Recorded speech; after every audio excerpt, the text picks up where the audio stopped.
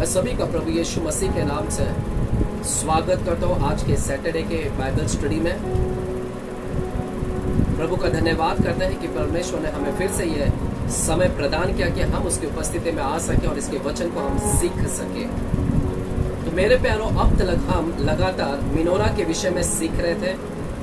आज इसी मिनोरा को सेशन को हम कंटिन्यू करेंगे, इस सेक्शन को हम जारी रखेंगे और हम और सीखेंगे कि मिनोरा के अंदर और क्या क्या बातें छिपी हुई है। हालेलुया। मेरे प्यारों, हम देखते हैं कि मिनोरा, इसके अंदर 6 डालियां हैं, 3 बाई ओर और 3 दाई ओर और बीच में एक डाली है। तो हम देखते हैं कि इसके अंदर 7 डालियां पाई गई है। मिनोरा की जब शिक्षण आता है तो हम मिनोरा के अंदर एक चीज देखते हैं। मिनोरा की कोई लंबाई नहीं बताई गई है, चौड़ाई नहीं, ऊंचाई नहीं है, यहाँ पर कोई माप नहीं बताया गया है। परंतु जब हम मिनोरा के विषय में पढ़ते हैं तो मिनोरा के अंदर हमें पता चलता है कि इस मिनोरा के अंदर ओनली सिर्फ गिनती आ रहे हैं, नंबर आ रहा है, नंबर ही है। यहाँ पर आपको सिर्फ नंबर्स ही मिलेंगे कि 7 दिया बनाना, 7 डालियां बनाना, 22 बादाम के फूल के समान बनाना। हालेलुया। इतने पुष्प कोश होना चाहिए, गांठ इतने होने चाहिए है, फूल इतने होने चाहिए है। हालेलुया। बस हमें सिर्फ इस मिनोरा के अंदर गिनती मिलता है और हम देखते हैं इस मिनोरा के अंदर 22 इब्रानी अक्षर, जो 22 अक्षर होते हैं, 22 अक्षर पाए जाते हैं। 27 जो नया करार की किताब है, 27 वो 27 किताब पाए जाते हैं। पुराने करार के 39 किताब, ओनली 39 किताब को पाया जाता है। तो हम इस मिनोरा के अंदर सिर्फ गिनती को देखते हैं, नंबर और नंबर को देखते हैं मेरे प्यारों। और जब हम मिनोरा के देखते हैं तो उसके ऊपर दिया, जो दीपक है, या दीपक की भी गिनती अगर करते हैं तो 7 दीपक है, 7 दीपक है। हालेलुया। 7 दीपक मिलता है और ये दीपक निरंतर जलते रहना है, बुझना नहीं चाहिए। इसीलिए याजक हर शाम को वहां पर जाता है और उसकी दिया को जलाता है। आमीन। हालेलुया। और सुबह के वक्त में भी जाता है और वहां पर वो जाकर तैयारी करता है, देखरेख करता है। तो हम यहाँ पर देखते हैं कि दीपक की जो गिनती है वो 7 है, 7 लैम्प्स है। हालेलुया। यह जो 7 दीपक है ये अपने आप में बहुवचन है, परंतु जब ये 7 दीपक है, परंतु यह बना हुआ है एक ही सोने से। जो चोखा सोना है, जितना चोखा सोना है वही सोने से हमने उसी में से 7 दीपक बनाए। यानी एक सोना की में से 1 पीस में से हमने 7 लैंप बनाए हैं। हालेलुया। एक ही पीस में से हमने 7 लैंप बनाए हैं। तो यहाँ पर बहुवचन तो दिखते हैं, परंतु ये अपने आप में क्या है? एक है। हालेलुया। अंदर देखते हैं कि यह एक ही पीस से बनाया गया है, वही एक चोखा सोना से, परंतु यहाँ पर 7 लैंप बनाए गए हैं, 7 दीपक बनाए गए हैं। हालेलुया। हालेलुया। ये 7 नंबर, और जो ये 7 ऊपर पाया जाता है, सबसे ऊपर नंबर जो है 7 नंबर है, यानी टॉप ऊपर हेड जो है वो 7 नंबर आ रहा है। और 7 का जो नंबर है, 7 का ये क्या दर्शाता है? परमेश्वर में हर एक अंक का एक मतलब होता है मेरे प्यारों। जब 7 नंबर आता है तो ये 7 नंबर कंप्लीटनेस को दर्शाता है, पूर्णता को दर्शाता है, कंप्लीट, पूर्ण। हालेलुया। जैसे हम देखते हैं उत्पत्ति 1 अध्याय में कि पहला दिन में परमेश्वर ने यह बनाया, दूसरा दिन में यह, तीसरा दिन में यह, चौथा दिन, 5वां दिन, 6वां दिन और 7वां दिन में परमेश्वर ने अपने कार्य को खत्म किया और अविश्राम किया। तो वह दिखाता है 7वां दिन कंप्लीट, कार्य फिनिश, खत्म। तो यह जो 7 नंबर है ये कंप्लीटनेस को दिखाता है, पूर्णता को। हालेलुया। तो जब भी ये 7 नंबर आता है तो ये अपने आप में एक प्रतिनिधित्व कर रहा है, रिप्रेजेंट कर रहा है। क्या रिप्रेजेंट कर रहा है? प्रतिनिधित्व यह कर रहा है कि 7 एक है, हालेलुया, एक परमेश्वर को प्रतिनिधित्व कर रहे हैं। एक परमेश्वर जो सात आत्माएं, हालेलुया,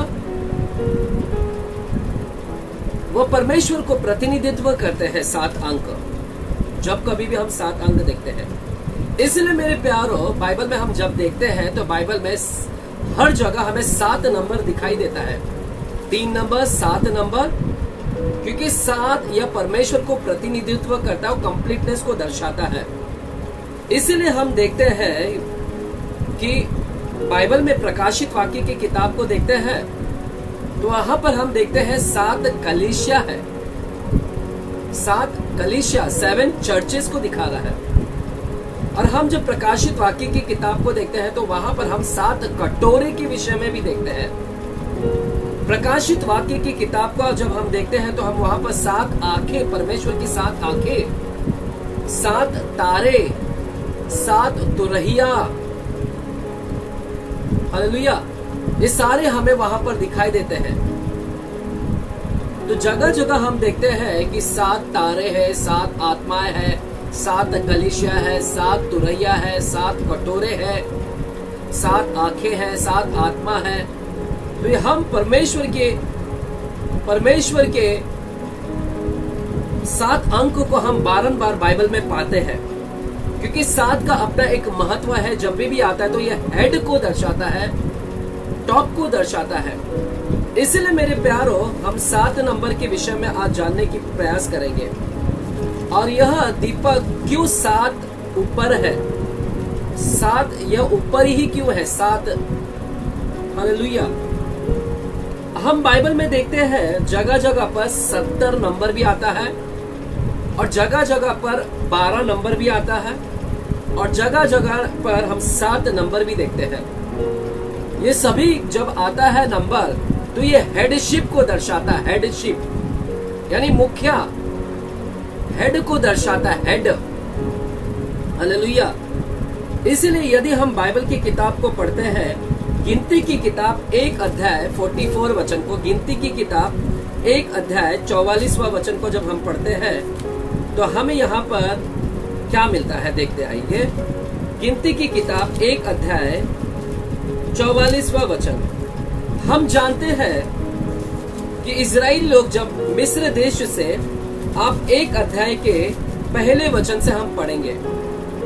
यहाँ पर गिनती की किताब 1 अध्याय पहले वचन से लिखा है, इजराइलियों के मिस्र देश से निकल जाने के दूसरे वर्ष के, मिस्र देश से निकल जाने के दूसरे वर्ष के दूसरे महीने के पहले दिन को यहोवा ने सिनाई के जंगल में मिलाप वाले तंबू में मूसा से कहा।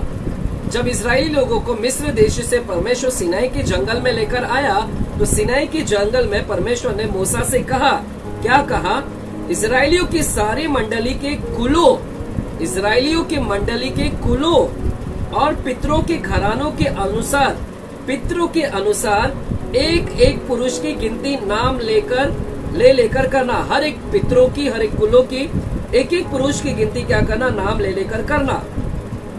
जितने इजरायली 20 वर्ष या उससे अधिक आयु के हो, जो 20 वर्ष या उससे अधिक आयु के हो और जो युद्ध करने के योग्य हो, उन सबों को उनके दलों के अनुसार तू और हारून गिन ले। हालेलुया।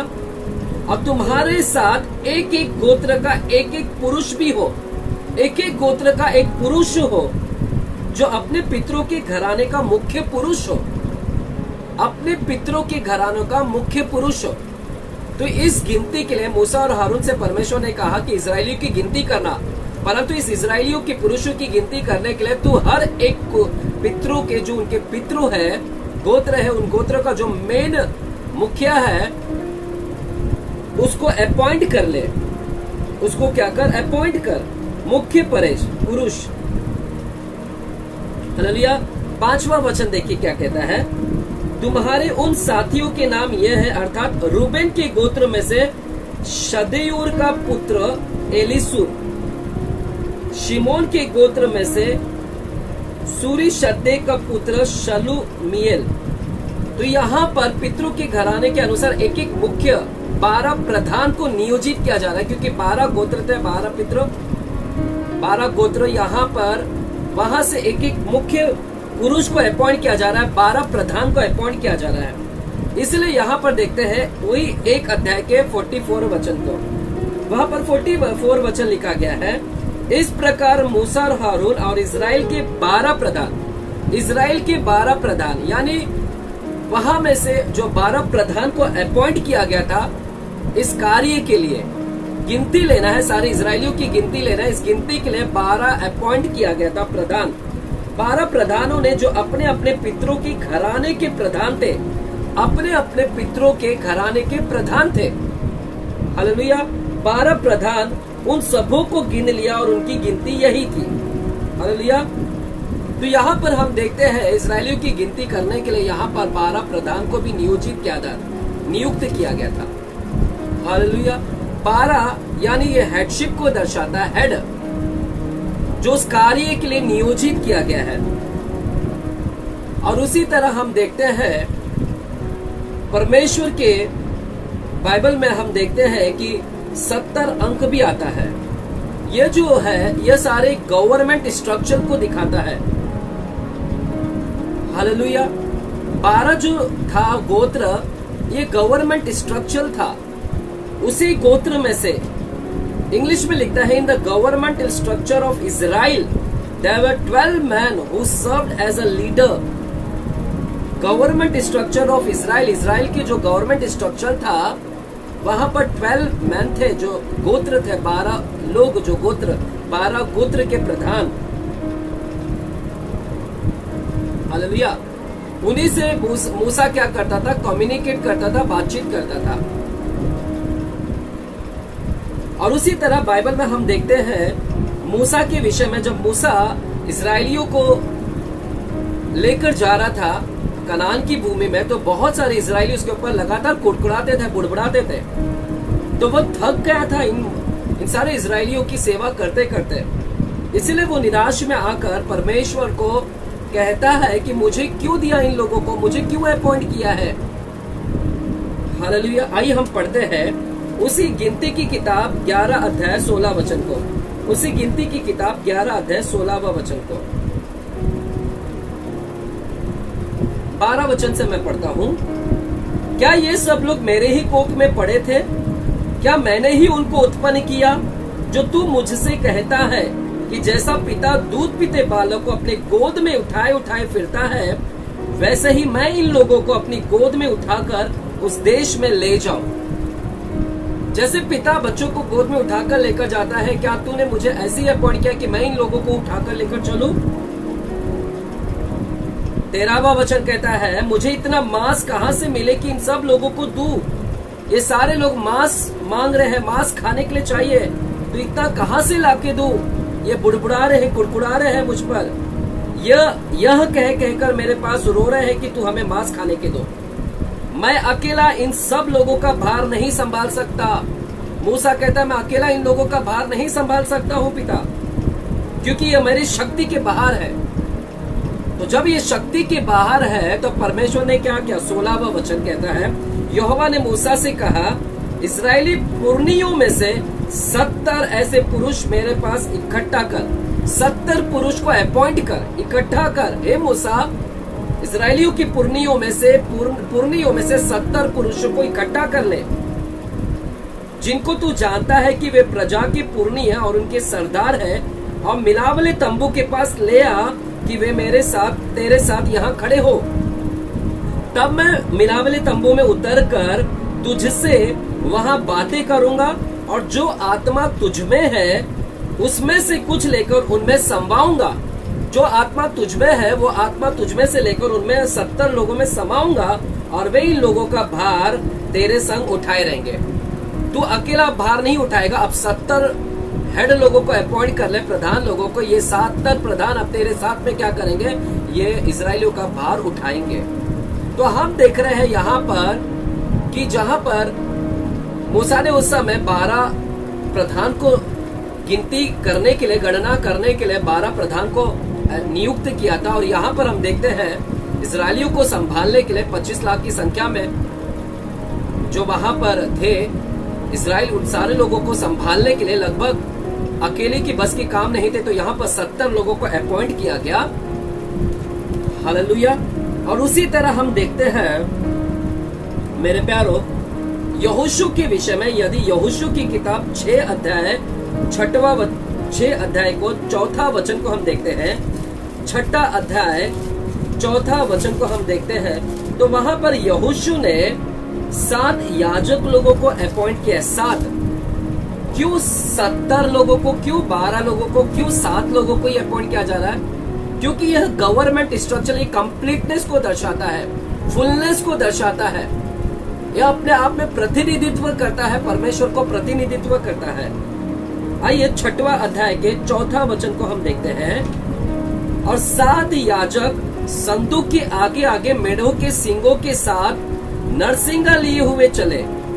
7 नरसिंगे, 7 याजक संदूक के आगे आगे मेढ़ों के सींगों के 7 नरसिंगा लिए हुए चले। 7 याजक भी अपॉइंट करता है और 7 नरसिंगा भी अपॉइंट करता है। फिर 7वें दिन तुम नगर के चारों ओर 7 बार घूमना।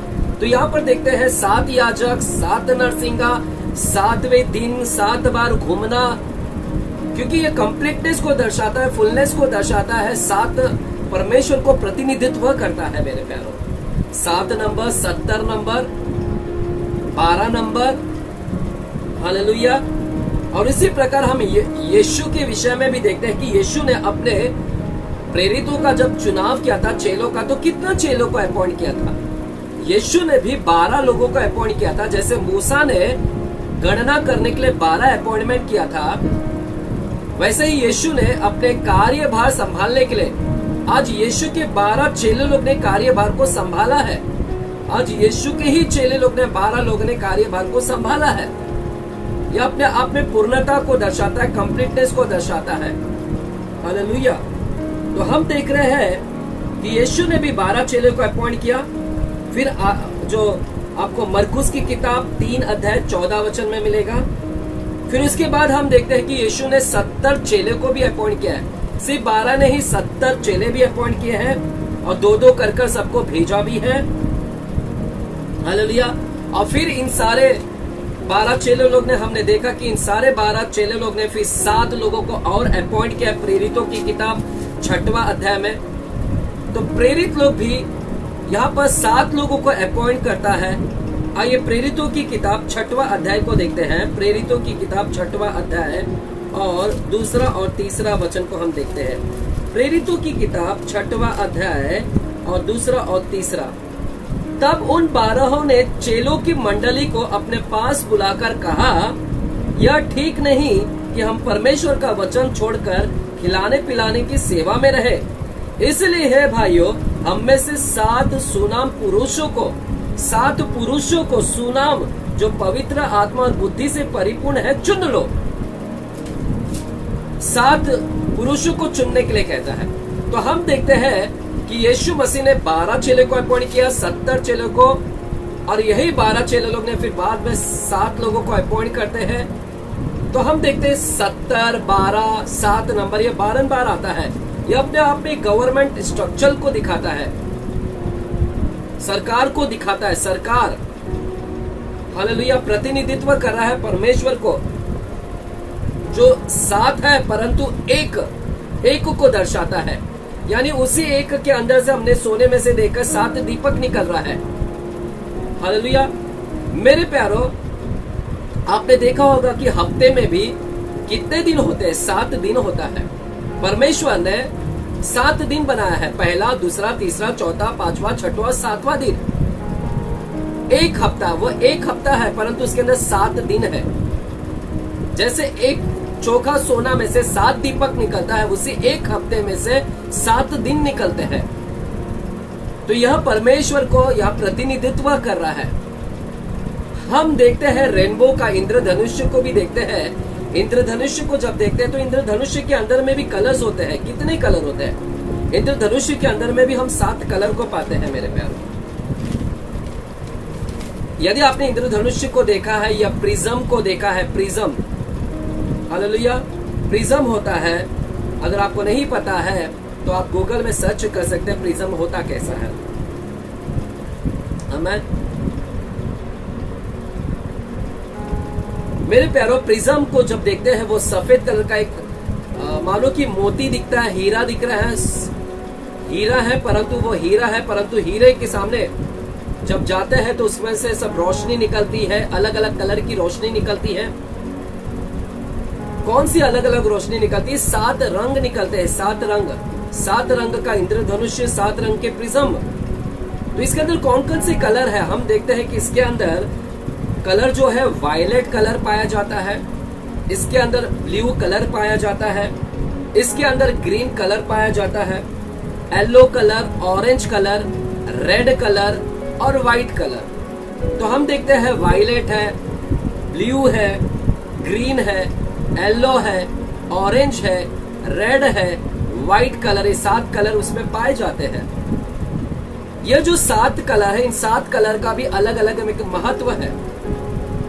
मेरे प्यारो, परमेश्वर के दृष्टि में 7 बहुत महत्व है। 7 नंबर वो हेडशिप को दर्शाता है,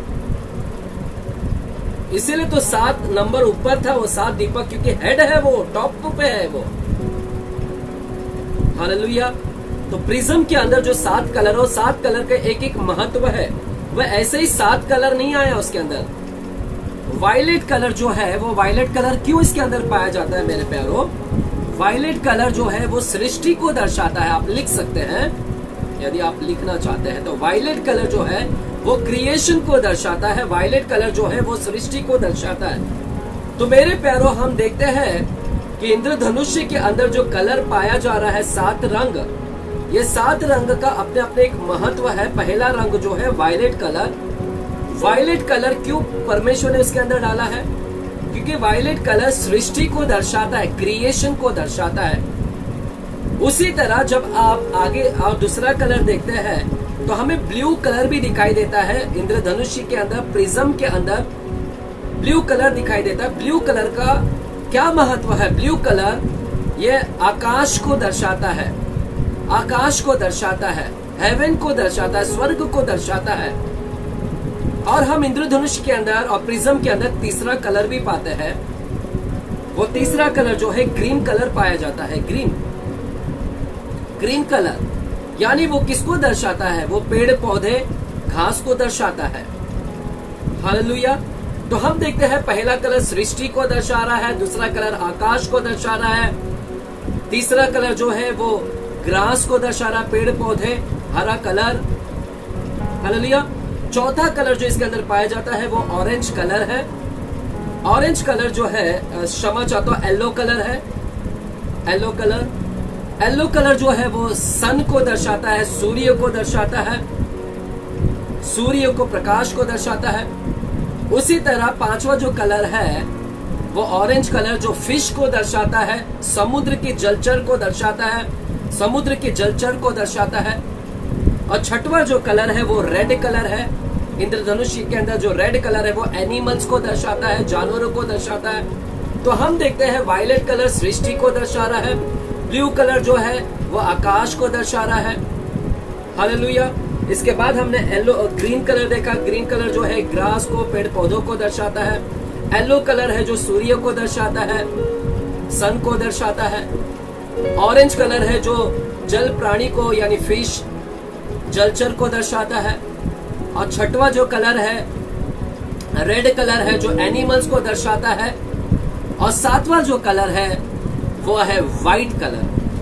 व्हाइट कलर यानी वो राइचियसनेस को दर्शाता है, धार्मिकता को दर्शाता है। तो मेरे प्यारो, हम इंद्रधनुष्य के अंदर 7 रंग पाते हैं, प्रिज्म के अंदर 7 रंग। क्यों परमेश्वर ने एक हफ्ते के अंदर 7 दिन दिया? क्योंकि हर चीज महत्व है।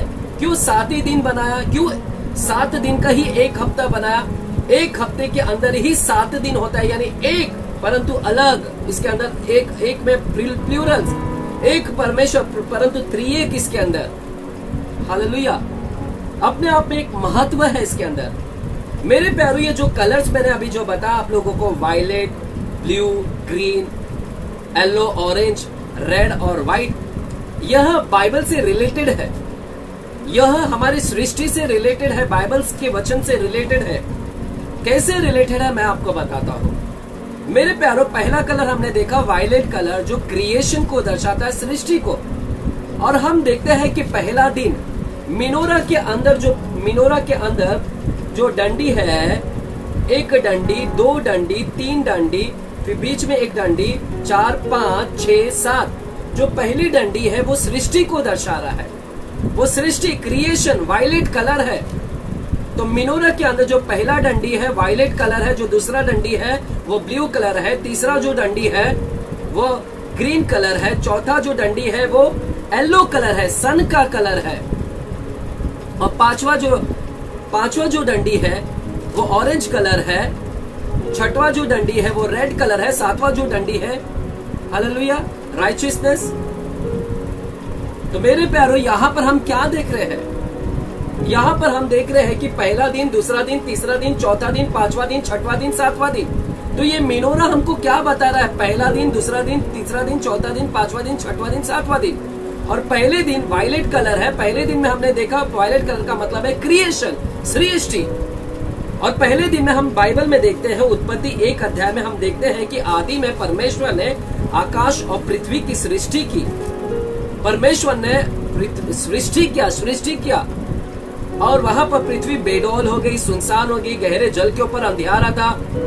परमेश्वर ने फिर वहां पर उजाला बनाया, अंधकार और ज्योति को अलग किया और कहा कि यह पहला दिन है। तो पहला दिन में हमने देखा जो वायलेट कलर है वो सृष्टि को दर्शा रहा है, सृष्टि हुआ है, हालेलुया। फिर हमने देखा दूसरा कलर है ब्लू कलर, जो आकाश को दर्शाता है, हालेलुया, आकाश को दर्शाता है। और दूसरा दिन हमने देखा, दूसरा दिन में परमेश्वर ने उत्पत्ति के अध्याय में, आप पहले अध्याय में देख सकते हैं 6वें वचन से लेके 8वें वचन तक, कि परमेश्वर ने देखा जल है और जल को 2 भाग किया। ऊपर के भागों को परमेश्वर ने आकाश बना और उसको एक नाम दिया जिसको कहते हैं आकाश। तो हम देख रहे हैं इंद्रधनुषी के अंदर जो दूसरा कलर है वो ब्लू कलर है, वो आकाश को दर्शाता है। और दूसरा दिन में हमने देखा परमेश्वर ने दूसरा दिन में आकाश को बनाया, हालेलुया। फिर तीसरे दिन में हम देखते हैं, तीसरा दिन में जो ग्रीन कलर है ग्रास। और तीसरे दिन में फिर परमेश्वर ने क्या किया, 9वां वचन से लेके उत्पत्ति 1 अध्याय के 9वां वचन से 13 वचन तक हम देखते हैं। फिर परमेश्वर ने जो नीचे का जल है उसको अलग किया और सूखी भूमि दिखाई दी, और सूखी भूमि के ऊपर परमेश्वर ने पेड़ पौधों को उगाया। तो तीसरे दिन में हम क्या देख रहे हैं? तीसरे दिन में हम पेड़ पौधे, हरे हरे पत्ते देख रहे हैं, ग्रीन कलर, हालेलुया। तो देख रहे हैं, आप समझ रहे हैं, कहीं ना कहीं ये सारी चीज मिलता जुलता है। तो मिनोरा जो है ये सृष्टि के विषय में बता रहा है हमें कि पहला दिन ये हुआ, दूसरा दिन ये हुआ, तीसरा दिन ये हुआ, हालेलुया। फिर हम देखते हैं उत्पत्ति 1 अध्याय के 14 वचन से लेके 19 वचन तक। वहां पर हम देखते हैं चौथा दिन में कौन सा कलर आता है? Yellow colour. येलो कलर यानी सूर्य की जो दिखा रहा है। 2 बड़ी ज्योति को बनाया परमेश्वर ने, चौथे दिन में 2 बड़ी ज्योति को बनाया, छोटी ज्योति, बड़ी ज्योति, हालेलुया। सूर्य, चंद्रमा, तारागण, ये सारी चीज को बनाया है। तो चौथा कलर जो येलो कलर है वो सन को दर्शाता है, सूर्य को दर्शाता है। तो मिनोरा के अंदर जो बीच वाला जो डंडी है यह सन को दर्शाता है। सन, जो सन है सूर्य है, और यीशु मसीह अपने आप में एक ज्योति है। मेरे प्यारो, सूर्य में अपने आप की खुद की एक रोशनी, हालेलुया। सूर्य सब प्लैनेट्स को रोशनी देता है, बाकी किसी के पास में रोशनी नहीं है, सूर्य सबको रोशनी देता है। तो जो बीच वाला डंडी है मिनोरा के अंदर, जो बीच डंडी देखते हैं वो येलो कलर यानी सूर्य को दर्शा रहा है, यानी वो अपने आप में ज्योति को दर्शा रहा है। और हमारा बीच वाला कौन है? बीच वाला यीशु मसीह है वो डंडी में, हालेलुया। यानी वो अपने आप में एक ज्योति को दर्शा रहा है कि मैं वो जगत की ज्योति हूँ, मुझसे ही ज्योति मिलता है सबको। जैसे सूर्य सबको ज्योति देता है वैसे ही यीशु सबको ज्योति प्रदान करते हैं, हालेलुया। फिर हम देखते हैं पांचवा डंडी। पांचवा डंडी जो है, पांचवा जो है डाली वहां पर जो दिखा रहा है, और हम वो पांचवी जो डाली है वो ऑरेंज को दर्शा रहा है, फिश को। यानी यीशु मसीह ने, परमेश्वर ने 5वें दिन में क्या बनाया? उत्पत्ति 1 अध्याय के 20 वचन से लेकर 23वां वचन में हम देखते हैं कि परमेश्वर ने कहा जल जीवित प्राणी से भर जाए, जल में जीवित प्राणी को बनाया। 5वें दिन में उसने जलचर प्राणियों को बनाया, उसने जीवित प्राणियों को। सबसे पहला लाइफ जीवन जो आया है वो पानी में से जीवन मिला है, 5वां दिन पानी में से जीवन मिला है। और उसी 5वें दिन में परमेश्वर ने क्या बनाया? पक्षियों को बनाया जो पृथ्वी के ऊपर आकाश के अंतर में उड़े। पक्षियों को बनाया जो उड़ सके और जीवन दिया। 5वें दिन में जीवन मिला है। हालेलुया। तो यहाँ पर हम देखते हैं 5वां दिन में ये सारे जल प्राणियों को दर्शा रहा है। मैं इसके विषय में मैं बताऊंगा थोड़ी देर में कि 5वें दिन में क्या हुआ है। हालेलुया। फिर 6वें दिन में हम देखते हैं कि 6वां दिन क्या है। 6वें दिन में परमेश्वर ने क्या बनाया? 6वें दिन में हम देखते हैं उत्पत्ति 1:24 वचन से हम देखते हैं, और वहां पर हम देखते हैं कि परमेश्वर ने वहां पर पशुओं को बनाया, जो पालतू प्राणियों को बनाया, जानवरों को बनाया। और 6वें दिन में परमेश्वर ने किसको बनाया? मनुष्य को बनाया। हालेलुया। एनिमल्स को, मनुष्य को। और 6वां जो कलर है वो रेड कलर है। और हम देखते हैं कि जो मनुष्य को बनाया गया, आदम को बनाया है, वो लाल मिट्टी से बनाया गया है। एडमाइट बोलते हैं उसको। एडमाइट, वो मिट्टी का नाम एडमाइट्स है, जो एकदम भुरभुरी एकदम लाल होती है। और 6वें दिन में परमेश्वर ने लाल मिट्टी से बनाया है आदम को। तो ये सारी चीज मिलता जुलता, आप प्रिज्म के अंदर, रेनबो के अंदर जो कलर देखते हैं, इसका हर एक चीज परमेश्वर ने ऐसे ही नहीं रखा है। इस सब के पीछे में परमेश्वर का बुद्धि छुपा है, रहस्य छुपा है, भेद की बातें छुपी है।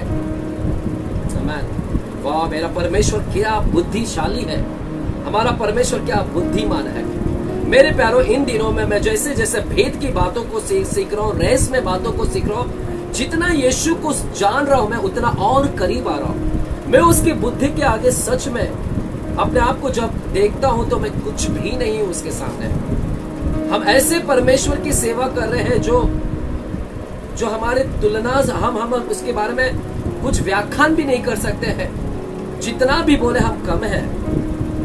हालेलुया, आमीन। जैसे एक जानवर मनुष्य को नहीं समझ सकते हैं, जानवर मनुष्य से नीचे बनाए गए हैं, इसी तरह हम परमेश्वर से नीचे बनाए गए हैं। जैसे जानवर मनुष्य को नहीं समझ पाते हैं, वैसे ही हम परमेश्वर को नहीं समझ पाएंगे, क्योंकि परमेश्वर हमसे बड़ा है और हम उससे थोड़े कम है। और हमारे नीचे जानवर आते हैं, जानवर हमको नहीं समझ सकते, वैसे ही हम परमेश्वर को नहीं समझ सकते हैं। हालेलुया। तो हम देख रहे हैं 6वें दिन में एनिमल्स बनाए गए हैं और पुरुष यानी मनुष्य को बनाया गया है। और 7वां दिन में हम देखते हैं इस उत्पत्ति के अध्याय में कि 7वां दिन में परमेश्वर ने विश्राम किया। वो विश्राम दिन था, वो धार्मिकता का दिन, राइचियसनेस दिन, पवित्र दिन। हालेलुया। अपने आप में एक राइचियसनेस को दर्शाता है। धार्मिकता, जो सफेद कलर है वो राइचियसनेस है। उसी सफेद कलर में से सब कलर आता है। मेरे प्यारो, आप सर्च कीजिएगा उसी सफेद कलर के। सफेद कलर कैसे बनता है? ये सारे कलर का मिश्रण होकर सफेद कलर बनता है। हालेलुया। ये सारे चीजों का कलर का बनकर ये सफेद, यानी सफेद के अंदर में से सब कुछ निकलता है। हालेलुया, आमीन, हालेलुया। तो मेरे परमेश्वर यहाँ पर जो 7 अंक देख रहे हैं, 7 अपने आप में टॉप है, हेड है, मुखिया है, प्रधान है। इसीलिए वो 7 दीपक ऊपर लगाए गए हैं, क्योंकि वो हेडशिप को दर्शाता है। Hallelujah, hallelujah. मेरे प्यारो, आपको पता होगा कि सोलार सिस्टम जो होते हैं, सोलार सिस्टम जो सौर मंडल है, सौर मंडल भी जो इसके अंदर नक्षत्र है, ग्रह है, पुराने समय में जब खोजबीन लोग ने खोज किया तो उन्हें पता चला कि 7 प्लैनेट्स हैं। उन्हें पता चला कि Sun, Earth, Mercury, Venus, Jupiter, Mars, Saturn. Sun, Earth, Mercury, Venus, Jupiter, Mars, Saturn, ये सारे 7 प्लैनेट्स हैं। परंतु अभी 9, 10 भी आ गए हैं, जिसको कहते हैं dwarf planet. Hallelujah. Uranus, Neptune, ये सारी चीज, ये सारे बच्चे जब अब पढ़ते हैं उन सारे लोगों को पता होगा सोलर सिस्टम क्या है। ड्वार्फ प्लैनेट्स भी होते हैं। तो पुराने समय में जब ज्यूइश लोग ने देखा था तो उन्होंने देखा 7 ग्रह पाया। 7 ग्रहों को देखकर उन्हें लगा मिनोरा जो है 7 ग्रहों को दर्शाता है।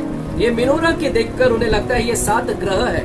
यानी हम जब मिनोरा के अंदर जो डालिया को देखते हैं, यहाँ पर बीच वाला जो है वो सन को दर्शाता है। सन ग्रह जो सन, फिर यहाँ पर हम देखते हैं mercury, Venus, Jupiter, Mars, Saturn, ये सारी चीज है। तो इसी मिनोरा के अंदर 7 सोलर सिस्टम को भी हम पाते हैं। उसी मेनोरा के अंदर जो बीच वाला है वो सन है। आप सोलर सिस्टम का जब फोटो देखते हैं तो बीच में सन आता है और वही सबको प्रकाश देता है, रोशनी देता है। Hallelujah, hallelujah. हमारा परमेश्वर क्या महान है। हालेलुया। मेरे प्यारो, जब जीविश लोग, यहूदी लोग इस मेनोरा को देखते थे, इस मेनोरा के डालियां को देखते थे, तो इस मेनोरा की डाली उन्हें एक ट्री के समान लगता था, मानो कि एक झाड़ है। हाँ मेरे प्यारो, मेनोरा एक झाड़ के समान है। जब मूसा सिनाई पर्वत के ऊपर जलती हुई झाड़ियों को देखा तो वो जलती हुई झाड़ी जो था वो मेनोरा के समान दिख रहा था।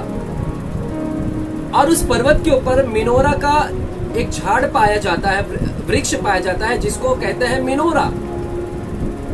और वो मेनोरा झाड़ आज भी पाया जाता है। आपको मैं फोटो दिखाऊंगा, भेज सकता हूं मैं। हालेलुया। मेनोरा का झाड़ पाया जाता है और उसी झाड़ के नाम पर इस मेनोरा का नाम दिया गया है। हालेलुया। और ये मेनोरा के अंदर हम 6 डालियां देखते हैं। बीच में एक क्या देख रहे हैं? डाली देख रहे हैं। मानो कि मेनोरा एक वृक्ष के समान है। बीच में एक डंडी है, बाकी सारे डालियां निकली हुई है, वृक्ष। तो यहूदी लोग जब भी मेनोरा को देखते थे तो उन्हें ये झाड़ के समान याद आती है। कौन सा झाड़, कौन से वृक्ष याद आता है?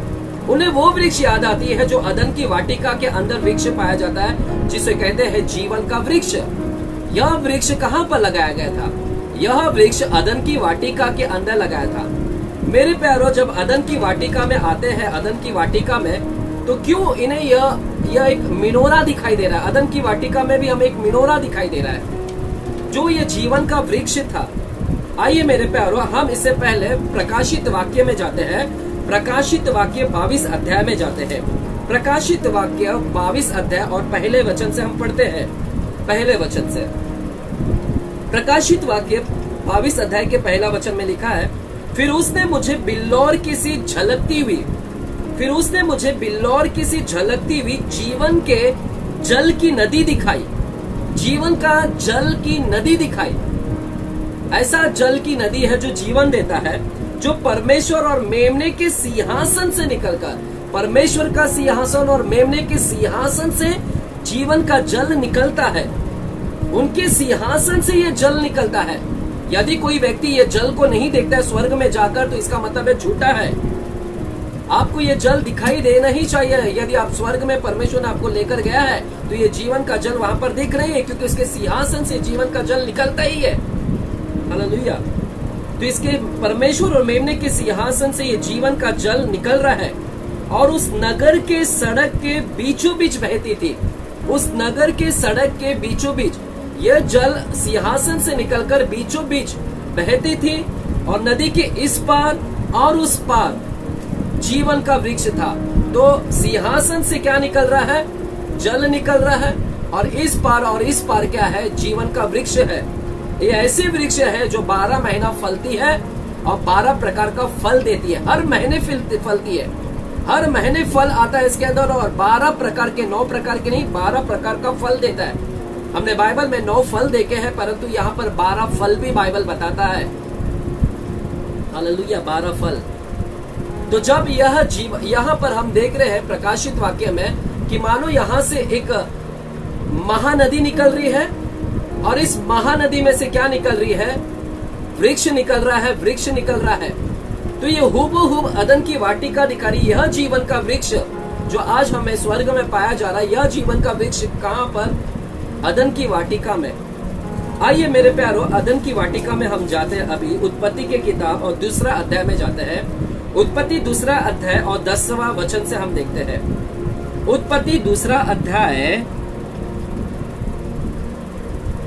और 9वां वचन से मैं पढ़ता हूं आपके लिए। 9वां वचन से वहां पर लिखा है, और यहोवा परमेश्वर ने भूमि से सब भांति के वृक्ष, भूमि से सब भांति के वृक्ष, सब भांति के वृक्ष जो देखने में मनोहर और जिनके फल खाने में अच्छे हैं, जिनके फल खाने में अच्छे उगाए। सब भांति के वृक्ष को उगाए हैं जो खाने में अच्छे हैं। और वाटिका के बीच में वाटिका के, अदन की वाटिका के बीच में जीवन के वृक्ष को और भले और बुरे ज्ञान के वृक्ष को भी लगाया। तो यह जीवन का वृक्ष कहाँ पर पाया गया है? अदन की वाटिका के बीच में पाया गया है। जैसे अभी हमने देखा परमेश्वर और मेमने के सिंहासन के बीच में से जीवन का वृक्ष निकला हुआ है, यही जीवन का वृक्ष अदन की वाटिका में हम बीच में देखते हैं। हालेलुया।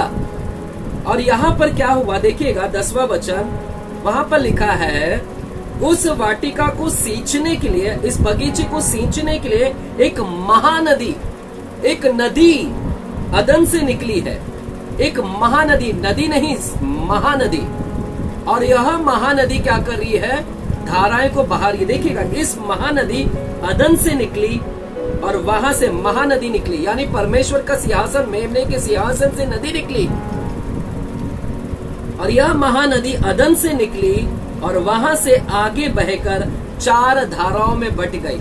तो हम देखते हैं अदन की वाटिका में महानदी निकल रही है। इस प्रकार से महानदी निकल रही है, जैसे हमने स्वर्ग में देखा मेमने और परमेश्वर के सिंहासन से नदी निकल रही है, जीवन के जल की नदी। यही महानदी हम देख रहे हैं अदन की वाटिका में निकल रही है और ये 4 धाराओं में बढ़ गए हैं। एक धारा, दूसरी धारा, तीसरी धारा, चौथी धारा।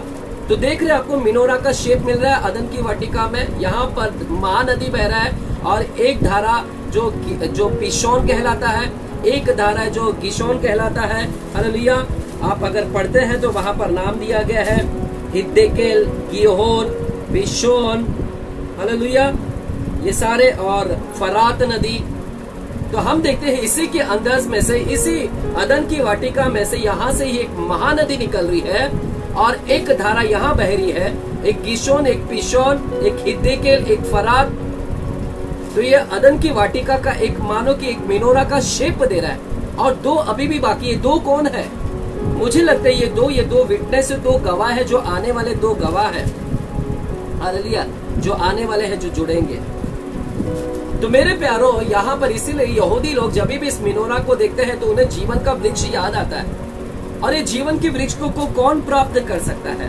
इसीलिए उन्हें याद आता है, बारंबार जब भी मिनोरा को देखते हैं उन्हें जीवन का वृक्ष याद आता है। आइए प्रकाशित वाक्य 22वां अध्याय में फिर से जाते हैं। हालेलुया। और इसको कौन पा सकता है? इसको पाने वाला कौन है? जीवन के वृक्ष में से फल को किसको देगा? परमेश्वर। ये वे वही लोग खा सकते हैं जो शुद्ध मन के हैं। हालेलुया। जो जय पाए उन्हें वो जीवन के वृक्ष में से फल देगा। हालेलुया। जो जय पाता है अपने जीवन में, उन सारे लोगों को ये जीवन का वृक्ष का फल खिलाएगा परमेश्वर। मेरे प्यारो, तो हम यहाँ पर देखते हैं कि मिनोरा को जब भी देखते हैं तो हमें यहाँ पर जीवन का वृक्ष याद आता है। हालेलुया। समझ रहे हो? तो मिनोरा अपने आप में एक खजाना है मेरे प्यारो। इस मिनोरा के अंदर 7 दिन है। इस मिनोरा के अंदर हम देख रहे हैं क्या क्या छिपे। 7 सोलार सिस्टम छुपे हुए, 7 इंद्रधनुष के रंग छुपे हैं, 7 सृष्टि का, यानी पहला, दूसरा दिन, तीसरा दिन, चौथा दिन, 5वां दिन, 6वां दिन, 7वां दिन देख रहे हैं। ये सारी चीज इसके अंदर छुपा हुआ है। और इसी मिनोरा के अंदर हम देखते हैं 7 डालियां है, 7 आत्माएं हैं परमेश्वर की। यदि आप प्रकाशित वाक्य की किताब को देखते हैं, प्रकाशित वाक्य की किताब, और वहां पर पहला अध्याय को देखते हैं और वहां पर 20 वचन को मैं पढ़ेंगे, एक अध्याय के 20 वचन को। और वहां पर लिखा है, अर्थात उन 7 तारों का भेद जिन्हें तूने मेरे दाहिने हाथ में देखा था। 7 तारे।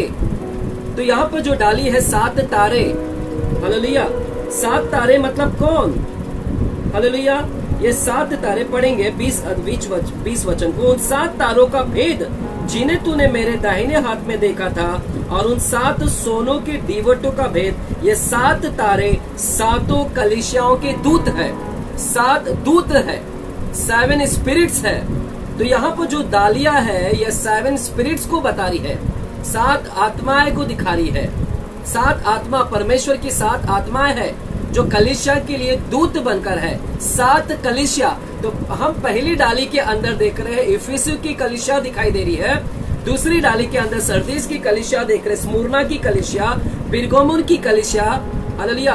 तो यहाँ पर सब यीशु मसीह इस मिनोरा के अंदर सब कुछ छिपाया है, उत्पत्ति से लेके प्रकाशित वाक्य। इसीलिए मैंने आपसे कहा था मिनोरा के अंदर उत्पत्ति से लेके प्रकाशित वाक्य सब कुछ छिपा हुआ है। हालेलुया। तो यहाँ पर हम देखते हैं इफिसी की कलीसिया, स्मुरना की कलीसिया, पिरगमुन की कलीसिया। तीसरा कौन सी कलीसिया है? पहली इफिसी की कलीसिया, पहली डाली जो है इफिसी को दर्शा रहा है, फिर स्मुरना है, तीसरा है पिरगमुन का, और चौथा है थुआतीरा का कलीसिया। यह थुआतीरा का जो कलीसिया है मेरे प्यारों, हम इसके विषय में कुछ पढ़ते हैं। जो चौथी डाली है, पहली डाली, दूसरी डाली, तीसरी, चौथा यानी यीशु मसीह को दर्शाता है। तो चौथा जो कलीसिया है इसके विषय में मैं थोड़ा आपको याद दिलाता हूँ। आइए चौथे कलीसिया के विषय में देखते हैं, थुआतीरा की कलीसिया को। 18वां वचन, दूसरा अध्याय के 18वां वचन प्रकाशित वाक्य के। थुआतीरा की कलीसिया के दूत को यह लिख, परमेश्वर का पुत्र जिसकी आंखें आग के ज्वाला के समान है। वहां पर ज्वाला शब्द आ रहा है, चौथी डाली जो है ज्वाला शब्द आ रहा है। और चौथी डाली हमने देखा कि चौथी डाली यीशु मसीह को दर्शा रहा है, जो ज्योति है, जो सन को वहां पर सूर्य को दिखाया था हमने सोलर सिस्टम में। हालेलुया, यानी ज्योति दिख रहा है वहां पर। और चौथा दिन में हमने देखा कि परमेश्वर ने ज्योति भी बनाया है। और यहाँ पर थुआतीरा की कलीसिया में परमेश्वर अपनी पहचान दे रहा है कि मेरी पहचान क्या है, जिसकी आंख आग के ज्वाला के समान है, आग के ज्वाला के समान उसकी आंख है। जो चौथा है वो बारंबार कहां पर आग को आ रहा है, प्रकाश को आ रहा है, ज्योति को आ रहा है। हालेलुया। देखा रहस्यमय बातों को परमेश्वर के। हमारा परमेश्वर कुछ भी इस धरती के ऊपर करता है, एक भी चीज। इसीलिए तो उसका वचन जो है वो आग की भट्टी से निकला हुआ है, कोई उसके अंदर दोष नहीं लगा सकता है। हर एक शब्द के पीछे रहस्य छुपी हुए है। मैं इस मिनोरा के ऊपर बहुत सारे रहस्य की बातों को आपको बता सकता हूँ, क्योंकि इसकी स्टडीज मैंने बारीकी से मैंने किया है। लेकिन जितनी भी बारीकी किया है वो उतना मेरे लिए अधूरा है, क्योंकि परमेश्वर जब तक प्रकट ना करना चाहे और भी बातों को मैं नहीं समझ सकता हूँ। लेकिन जितना प्रकट किया मैं उसमें बहुत संतुष्ट हूँ कि परमेश्वर ने एटलीस्ट मुझे इतनी पूरी बातों को प्रकट किया है। हालेलुया।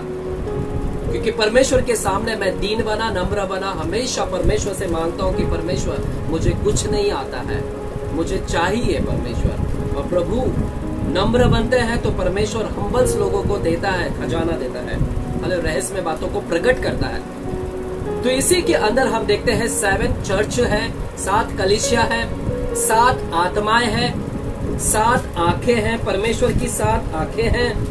हालेलुया, आमीन। और 7 तुरहिया हैं। प्रकाशित वाक्य में आप देखे होंगे 7 तुरहिया है, 7 कटोरे हैं। हालेलुया, आमीन। आइए मेरे प्यारों, मैं कुछ और बताना चाहूंगा। अब यहाँ पर हम देख रहे हैं पहला दिन, दूसरा दिन, तीसरा दिन, चौथा दिन, 5वां दिन, 6वां दिन, 7वां दिन। यानी दूसरा पत्रस की किताब में आएंगे। दूसरा पत्रस की किताब, यह पहला दिन जो डाली है, जो मिनोरा के अंदर जो पहली डाली, दूसरी डाली है, वो एक दिन, दूसरा दिन, तीसरा दिन, चौथा दिन, 5वां दिन, 6वां दिन, 7वां दिन को दर्शा रहा है। परंतु जब हम दूसरा पत्रस की किताब को पढ़ते हैं, दूसरा पत्रस की किताब, और वहां पर हम तीसरे अध्याय में जाते हैं, दूसरा पत्रस और तीसरा अध्याय के 8वां वचन को हम देखते हैं, तो वहां पर क्या लिखा गया है? दूसरा पत्रस तीसरा अध्याय 8वां वचन, हे प्रियो, यह बात तुमसे छिपी ना रहे कि प्रभु की यहाँ एक दिन 1000 वर्ष के बराबर है। प्रभु की यहाँ एक दिन 1000 वर्ष है। तो इस मिनोरा के अंदर हम एक दिन, 2 दिन, एक दिन का मतलब है 1000, दूसरे दिन का मतलब है दूसरा 1000, तीसरा दिन का मतलब है तीसरा 1000, चौथा दिन का मतलब है चौथा 1000, 5वां दिन का मतलब है 5वां 1000, 6वां दिन का मतलब है 6000 और 7वां दिन का मतलब है 7000। और बाकी डंडी नहीं है वहां पर डालिया, यानी 7 ही है तो 7 लास्ट है, कंप्लीट 7000 लास्ट है। और हम कितने साल में जी रहे हैं मेरे प्यारों? आप गणना कीजिए, गिनती कीजिएगा। यीशु मसीह को आके कितना साल हो गए, और यीशु मसीह कितने साल बाद जन्म लिए थे, और उसके जन्म के बाद से उसको मृत्यु से अब तक कितने साल हो गए और कितने साल हो गए। तो इस डाली के अंदर हम 7000 साल यानी 7 अंत है, 7 अंत को दिखा रहे। तो मिनोरा हमको अंतिम के विषय में भी बता रहा है, अंतिम विपत्ति, हालेलुया, अंतिम, हालेलुया। कुछ लोग को हनुका मिनोरा भी पाया जाता है, जो हनुका के नाम से जाना जाता है, जिसके अंदर 9 डालियां भी पाई जाते हैं। तो आपको कुछ ऐसे मिनोरा भी मिलेंगे, अगर आप गूगल में सर्च करते हैं तो आपको हनुका, मेरे ख्याल से हनुका करके एक मिनोरा है जो वो भी आपको दिखाई देगा, जिसके कुछ लगभग 9 डालियां है। वो आज भी इजरायली लोग उसको मानते हैं। उसके विषय में मैं नहीं सिखाऊंगा आपको, वो टॉपिक हम नहीं सीखेंगे, हम इतना तक ही सीखेंगे हनुका, उसके ऊपर भी हमने स्टडी किए हैं। आपको 9 डालिया का भी मिलेगा, जो आज भी इजराइल के अंदर ऐसे हनुका को बनाते भी हैं लोग, हालेलुया। तो हम देख रहे पहला दिन 1000, दूसरा दिन 2000, ऐसे 7000 दिन। मेरे प्यारो, इस पहले दिन में क्या है, हालेलुया, इस पहले दिन के अंदर क्या हुआ, इस पहले दिन के अंदर क्या हुआ, हम देखते हैं पहला दिन में क्या हुआ। हम देखते हैं कि उत्पत्ति 1 अध्याय के पहला दिन में क्या हुआ। पहले दिन में परमेश्वर ने अंधियारे और उजाला अलग किया, दोनों को सेपरेट किया, हालेलुया। पहले दिन में परमेश्वर ने अंधियारा और उजाला को दोनों को क्या किया, सेपरेट किया। ध्यान से सुनेगा, इसको आप उठिएगा नहीं, अब ध्यान से सुनिएगा, समझने के प्रयास करें मैं क्या बताने जा रहा हूं। ये बहुत ही रहस्यमय बातें हैं। पहले दिन जो है, पहला दिन, यह आदम से लेके हनोक तक 1000 दिन पाया जाता है। आदम से लेके हनोक तक, यानी हनोक 8वीं पीढ़ी, आदम से लेके उसकी जो पीढ़ी हनोक तक की जो पीढ़ी आई है, यानी आदम से लेके हनोक तक, क्योंकि हम जानते हैं आदम 930 साल तक जिया, हालेलुया। आदम से लेके हनोक तक लगभग 1000 साल हो चुके थे। और इस पहले दिन में यानी 1000 और एक दिन मतलब 1000, तो एक दिन में क्या हुआ, पहले दिन में क्या हुआ। पहले दिन में हमने देखा कि यहाँ पर अंधियारा और उजाला का अलग किया गया, और यही हम देखते हैं आदम से लेके हनोक के दिन में क्या हुआ। पहले दिन में अलग हुआ, अंधियारा और उजाला का अलग किया, और यही हम देखते हैं पहले दिन में जब अलग हुआ तो यही आदम और हनोक के इस 1000 के दिन में भी कुछ अलग हुआ। क्या अलग हुआ, आदम जो अदन की वाटिका में था, जो ज्योति में था, जो महिमा की ज्योति में था, अदन की वाटिका में था, जो ज्योति था उसके पास में, वो अलग हो गया। जैसे ही पाप किया अंधियारा आ गया उसके जीवन में, तो मानो कि वहां पर अलग हो गया, आदम ज्योति से अलग हो गया। तो जो चीज परमेश्वर ने वो चीज किया था उजाला हो और अलग किया, तो ये प्रोफेसी दिखा रहा था कि पहला दिन में जहां पर मैंने उजाला को किया और अलग किया, ऐसे ही 1000 दिन होगा। 1000 दिन में आदम से लेकर हनोक के जीवन में ऐसे ही होगा कि यहाँ पर सेपरेशन होगा, अंधियारा और उजाला का अलग होगा। और वही हम देखते हैं कैन और हाबिल के भी जीवन में। कैन और हाबिल दोनों भाई, कैन और हाबिल भी दोनों भी क्या हुआ, अलग हो गए, हालेलुया। दोनों के अंदर अंधियारा और उजाला। एक हाबिल परमेश्वर की सच्चा भक्त, और एक कैन अंधियारा से भरा हुआ जिसने अपने भाई की मार डाला। तो हम देखते हैं कि इस 1000 में सिर्फ वहां पर क्या हो रहा है, अलगाव हो रहा है, सेपरेशन हो रहा है। तो जो भी चीज परमेश्वर पहले दिन में कर रहा था, वो प्रोफेसी बता रहा था कि यहाँ पर ऐसा 1000 साल में होगा। फिर हम देखते हैं दूसरा दिन में क्या हुआ। दूसरा दिन में परमेश्वर ने अलग किया जल को। दूसरा दिन में परमेश्वर ने आकाश को बनाया, हालेलुया, आकाश को बनाया, वहां पर अलग किया और आकाश को बनाया वहां पर, हालेलुया, हालेलुया,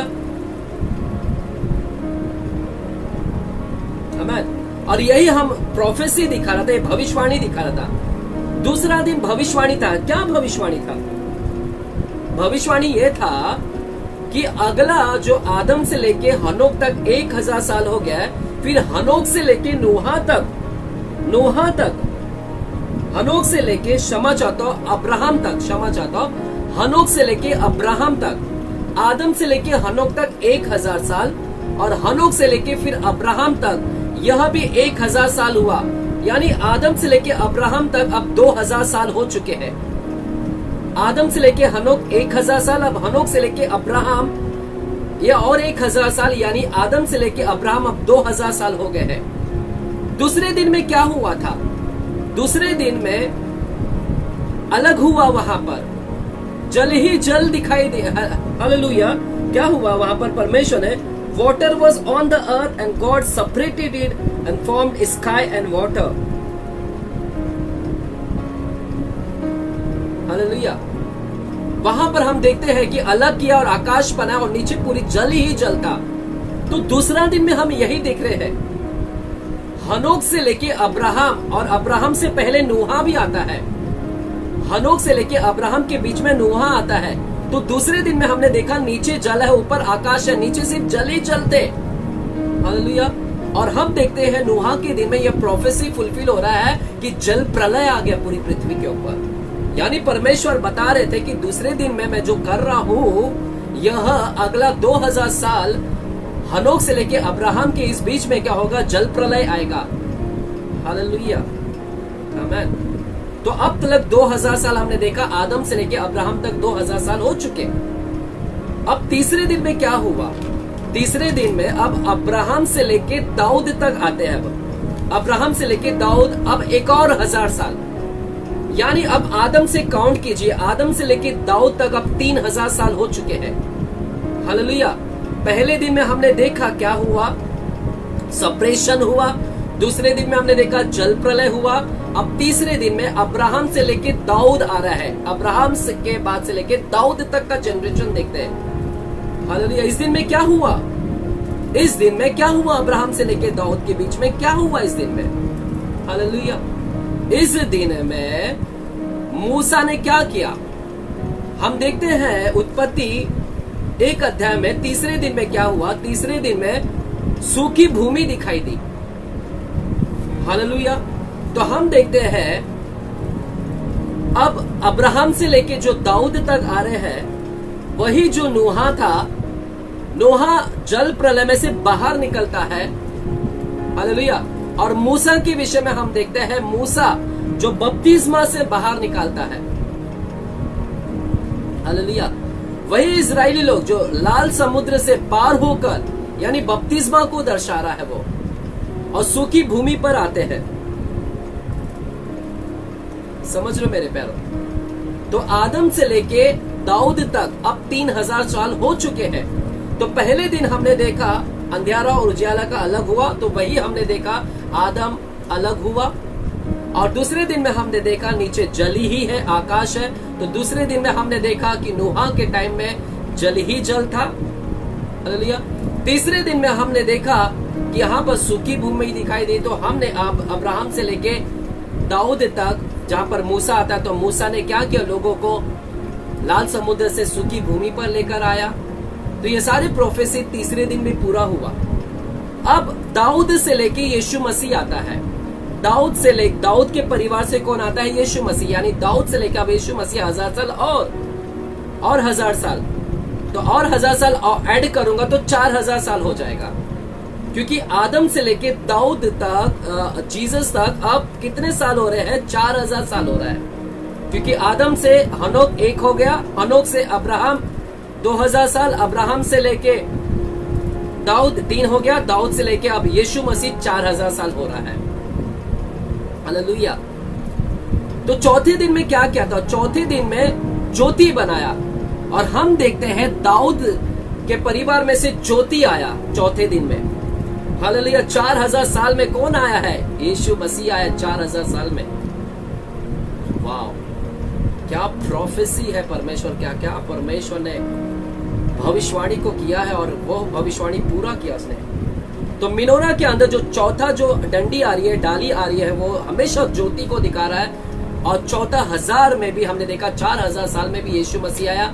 धुआतीरा की जो कलिसिया है, वो वहां पर परमेश्वर अपनी पहचान दे रहा है। मेरी आंखें आग की ज्वाला के समान है। हालेलुया। फिर अब देखते हैं जीसस आ चुके हैं। अब जीसस के बाद में अब 5वां दिन क्या हुआ? अब यीशु को आकर कितना साल हो गया? अब 2021 साल में हम जी रहे हैं, यानी यीशु मसीह को आके 2000 साल आ चुका है, यानी और 1000 साल और 1000 साल, 5000, 6000, यानी 6000 साल हो चुके अब तक। हालेलुया। तो 5वें दिन में क्या क्रिएट किया है? उत्पत्ति के अध्याय में हमने देखा 5वें दिन में क्या क्रिएट किया। 5वें दिन में जीवित प्राणी को, जल देखते हैं, जल में से जीवन निकला है। जीवन सबसे पहला जल में से आया है। सबसे पहला यदि जीवन आया है, आदम से भी पहला है, तो वह है जीवित प्राणी, जल में से आया। तो हम 5वें दिन में देख रहे हैं, यह 5वां दिन जो 5वां हजार है, जो वह पवित्र आत्मा का युग को दिखाता है। जो पवित्र आत्मा के जल लेने से, जल का बपतिस्मा लेने से हम एक नया जीवन मिलता है हमें। हालेलुया, नया जीवन मिलता है। तो 5वां दिन की यह प्रोफेसी यहाँ पर फुलफिल हो रही थी। और हमने 5वां दिन में देखा कि पक्षी उड़ रहे हैं। तो हम जब पवित्र आत्मा पाते हैं तो हम उकाब किनारे उड़ते हैं। हालेलुया, हम बंधन से आजाद हो जाते हैं, मुक्त हो जाते हैं, छुटकारा को प्राप्त करते हैं। हम पंछी की तरह उड़ने लगते हैं, क्योंकि पवित्र आत्मा हमको आजाद कर देता है। हालेलुया, आमेन। अब रहा सवाल, आप देख लीजिएगा, आदम से लेके यीशु मसीह को आकर अब तक 6000 साल हो चुका है। हम 6021 साल में जी रहे हैं मेरे प्यारों।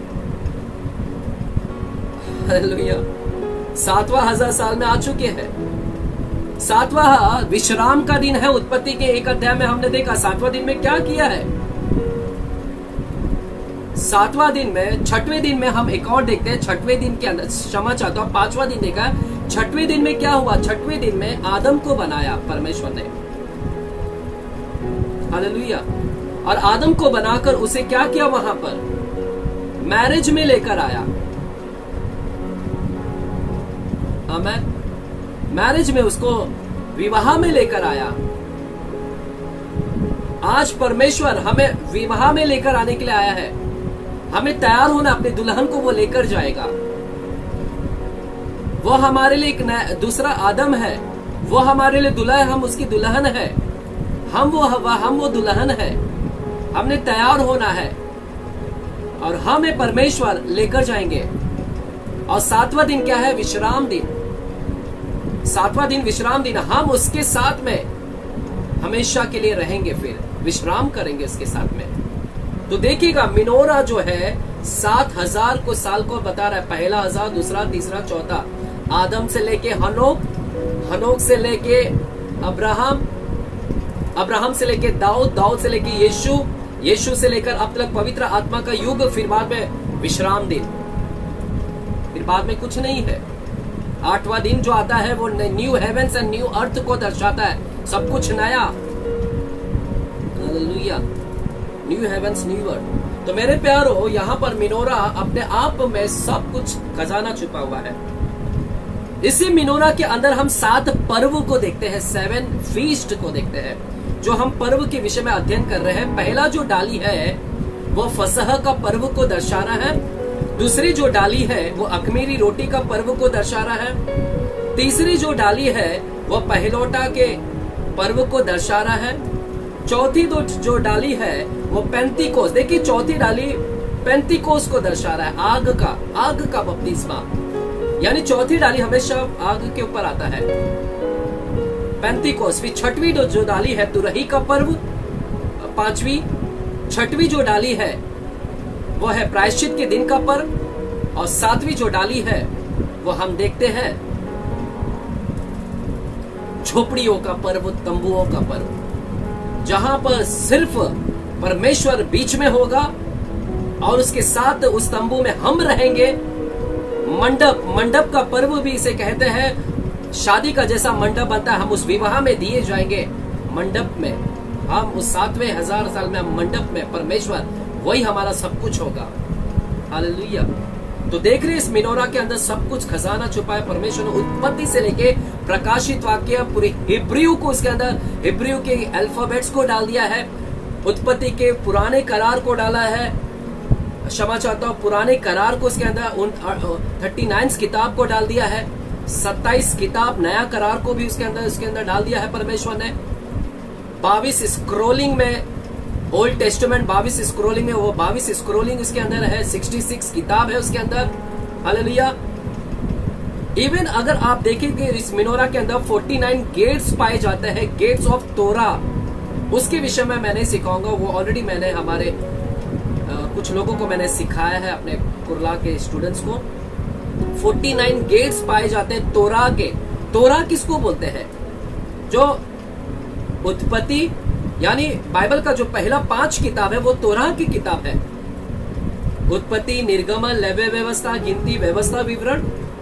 इसके अंदर 49 गेट्स पाते हैं। मैं 49 गेट्स के ऊपर सिखाऊंगा, एक अलग बाइबल स्टडी होगा, वो गेट्स के ऊपर मैं सिखाऊंगा आप लोगों को, जो भेड़ फाटक बोलते हैं, जल फाटक बोलते हैं। हालेलुया। आप बाइबल में जगह जगह देखते रहेंगे कि भेड़ फाटक शब्द आ रहा है, जल फाटक आ रहा है, वो गेट है, फाटक। मछली फाटक, ये सारे शब्द वहां पर इस्तेमाल किया। तो ऐसे 49 गेट्स, तोरा के 49 गेट्स है। ये भी प्रोफेसी है। जब मैं इसके ऊपर स्टडी किया, सच में मैं समझता हूं कि परमेश्वर ने क्या अद्भुत काम किया है कि पूरे मिनोरा के अंदर अपनी पूरी बाइबल को छिपा कर रखा था। एक अंतिम बात बोलकर मैं खत्म करूंगा। आइए उत्पत्ति 1 अध्याय में आते हैं। अंतिम बात को मैं बोलकर इस मिनोरा के संदेश को मैं आज खत्म करता हूँ। उत्पत्ति 1 अध्याय के पहले वचन को हम देखते हैं। उत्पत्ति 1 अध्याय और पहले वचन को हम देखते हैं। 1 अध्याय हिंदी में हम जब पढ़ते हैं तो वहां पर लिखा है, आदि में परमेश्वर ने आकाश और पृथ्वी की सृष्टि की है। तो हम देखते हैं आदि में परमेश्वर ने क्या सृष्टि की है? आकाश। परंतु अगर इसी शब्द को इंग्लिश में पढ़ते हैं तो आकाश के जगह पे हेवेंस लिखा है। हेवन, नॉट हेवन, सिंगुलर नहीं लिखा है, प्लूरल लिखा है, बहुवचन हेवेंस, 3 स्वर्ग। हालेलुया। हेवेंस लिखा है। In the beginning created God the heavens and the earth. In the beginning God created God the heavens and the अर्थ। तो मेरे प्यारो, जब हम इंग्लिश में ये शब्द को पढ़ते हैं, इंग्लिश में और इब्रानी शब्द में पढ़ते हैं, ध्यान से सुनिएगा मेरी बातों को, मैं क्यों ये शब्द ले रहा हूं। क्योंकि उत्पत्ति 1 अध्याय का पहला वचन में ही मिनोरा छिपा हुआ है। मिनोरा 1 अध्याय के पहले वचन में ही छिपा हुआ है। वहां पर लिखा, इन the beginning God created the heavens and the अर्थ। आदि में परमेश्वर ने आकाश और पृथ्वी की सृष्टि की। अगर इसी को मैं इब्रानी शब्द में पढ़ता हूँ, इब्रानी में, हिब्रू भाषा में पढ़ता हूँ, तो हिब्रू लोग कैसे पढ़ते हैं इसी को? हिब्रू लोग बोलते हैं 12 एलोहिम एट हसमाइम वाएट हारस। 12 Elohim eight हसमाइम वाएट हारस। ऐसा यह पढ़ते हैं इस वचन को। तो यहां पर 12 का मतलब क्या है? 12 का जब मैं इंग्लिश में इसका देखता हूँ अनुवाद, इंग्लिश में 12, जो हिब्रू लोग 12 शब्द इस्तेमाल करते हैं, 12 का मतलब है इन द बिगिनिंग। आप लिख लीजिएगा, आप लिख सकते हैं, 12 का मतलब है इन द बिगिनिंग। हालेलुया। तो एक अक्षर हम पाते हैं, एक अक्षर। दूसरा अक्षर है 12, वहां पर लिखा है 12, BARA, 12। ये 12 का मतलब क्या है इंग्लिश में? 12 का मतलब है क्रिएटेड, सृष्टि। तो हम देख रहे हैं 12 का मतलब है इन द बिगिनिंग, आदि में, और 12 का मतलब है क्रिएटेड, सृष्टि। फिर तीसरा वो पढ़ते हैं एलोहिम।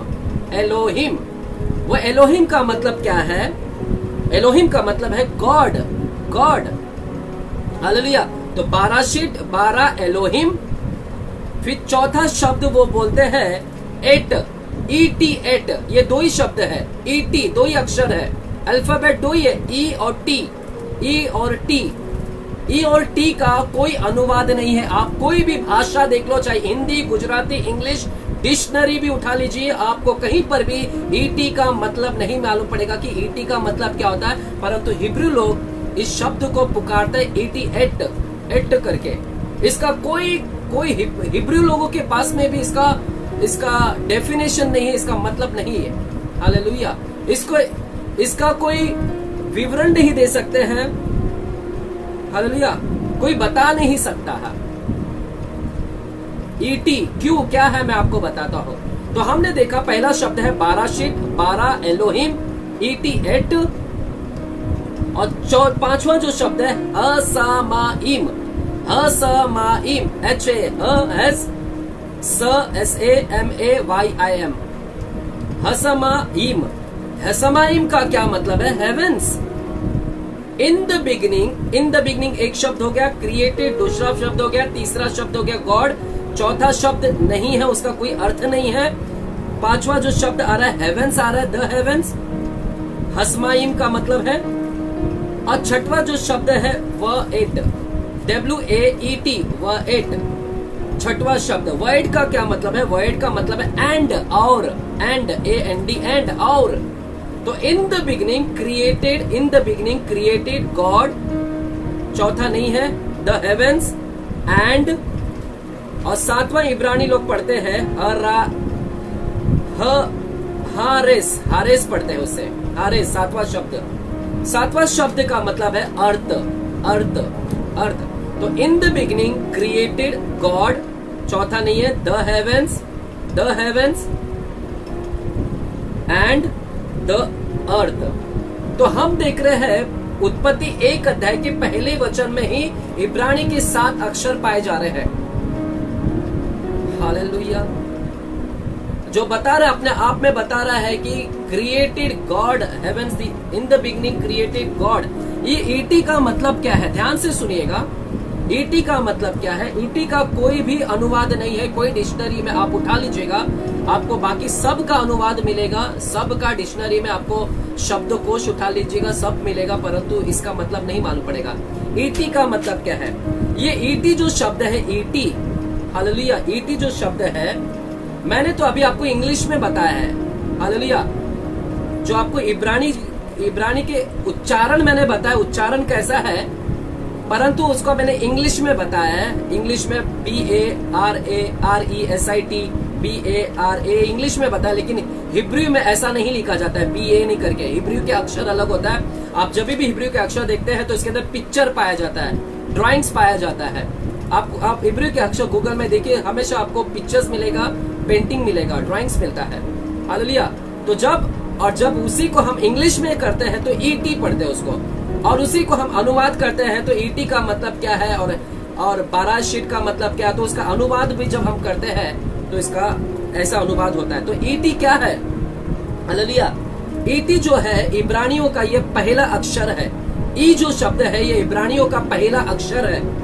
मैं अभी आप लोगों को शायद अगर मैं इसका यूट्यूब पे अपलोड करूंगा तो मैं सारे पिक्चर्स आपको इसमें लगाऊंगा ताकि आप सब वीडियोस देख सके इसके अंदर, हालेलुया।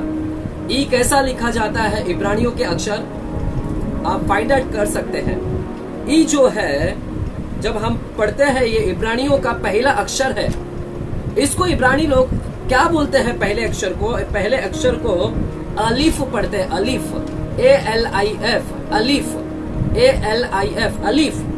पहले अक्षर को ई का जो मतलब है अलीफ, ये इब्रानी लोगों का, जैसा हमारा ABCD पहला अक्षर होता है A और Z लास्ट अक्षर होता है, वैसे इब्रानी लोगों का पहला अक्षर है अलीफ, जिसको हम इंग्लिश में ई लिखते हैं, हालेलुया, ई लिखते हैं, इंग्लिश में उसको ई लिखते हैं, लेकिन उनको वो अलीफ पुकारते हैं, अलीफ। अलीफ का क्या मतलब है? अलीफ का मतलब है बिगनिंग, अलीफ का मतलब है बिगनिंग, शुरुआत। और टी जो शब्द है, यह टी इब्रानी अक्षर के लास्ट अक्षर है। लास्ट अक्षर जैसा हमारा इंग्लिश का Z अक्षर लास्ट होता है, ये लोगों का टी लास्ट अक्षर, हालेलुया, एंड है। और जब टी को हम इसको पढ़ते हैं, इब्रानी में पढ़ते हैं, तो उसको ताओ पढ़ते हैं, ताओ, अलीफ, ताओ, अलीफ बिगनिंग, ताओ, TAO, ताओ। तो हम देखते हैं इन द बिगनिंग और एंड देखते हैं। तो ईटी का जो मतलब है वो इन द बिगनिंग एंड है, शुरुआत और अंत। तो जो चौथा अक्षर जो रह गया था, बाराशीट, बारा, एलोहिम, एट जो था, एट जो शब्द था, चौथा अक्षर, ये ईटी को दर्शाता है। ईटी मतलब है एलोहिम, ये बिगनिंग और एंड, जिसका ना तो शुरुआत है ना अंत है, वो सनातन है। इसका कोई विवरण नहीं कर सकता, कोई इसका डेफिनेशन नहीं दे सकता है, क्या शुरुआत क्या अंत है। कोई नहीं इसको बता सकता है कि क्या शुरुआत होता है, क्या अंत होता है। हालेलुया। इसीलिए इसका कोई मतलब नहीं बता सकता है। हालेलुया। तो मेरे प्यारो, हिब्रानी में इसको अलीफ बोलते हैं बिगनिंग को, और ताओ एंड को बोलते हैं। लेकिन जब हम प्रकाशित वाक्य में आते हैं, प्रकाशित वाक्य के एक अध्याय में आते हैं, तो वहां पर हम इसी अलीफ और ताओ को यूनानी भाषा में, ग्रीक भाषा में पढ़ते हैं। यूनानी भाषा में जब पढ़ते हैं तो उसे क्या पढ़ते हैं?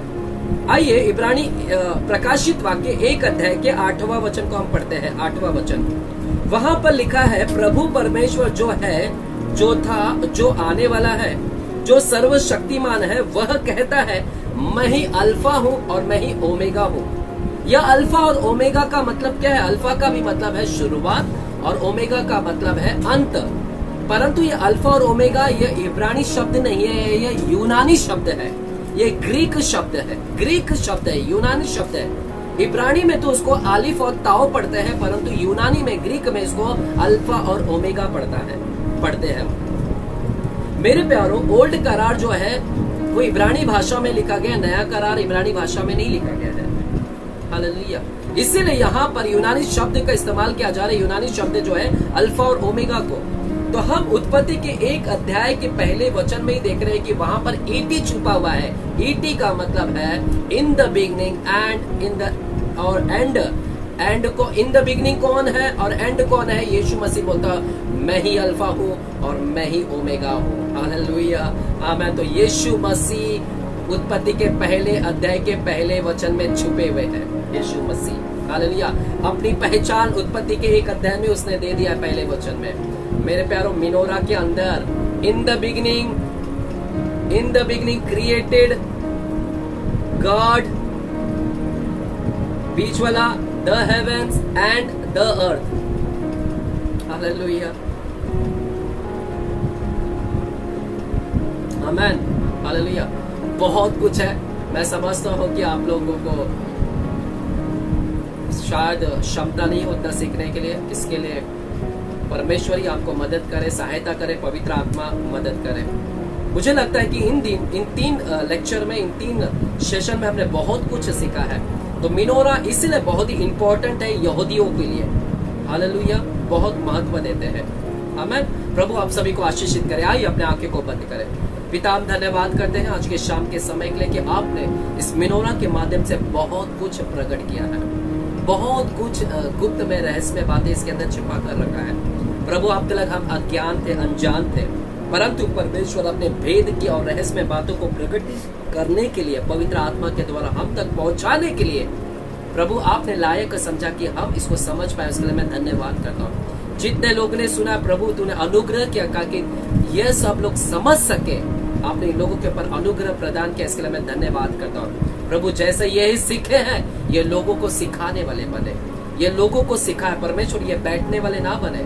अब इनको बाइबल टीचर के रूप में इस्तेमाल कर, आप अपने चेले के रूप में इस्तेमाल कर, आप परमेश्वर अपने सुसमाचार के रूप में इस्तेमाल कर। परमेश्वर ये बैठे नहीं, ये तेरे सुसमाचार रहस्य में बातों को और यीशु को उठाए। जैसे हम मिलाप वाले तंबू के हर एक फर्नीचर को उठाते थे, याजक लेवी लोग उठाते थे और तेरे नाम को ऊंचा उठाते थे, वैसे ही ये तेरे नाम को ऊंचा उठाए। परमेश्वर धन्यवाद करते हैं, आशीर्वादित करने के लिए हम धन्यवाद करते हैं। यीशु मसीह के नाम से हम प्रार्थना करते हैं पिता परमेश्वर से। आमीन, आमीन, आमीन। Praise the Lord.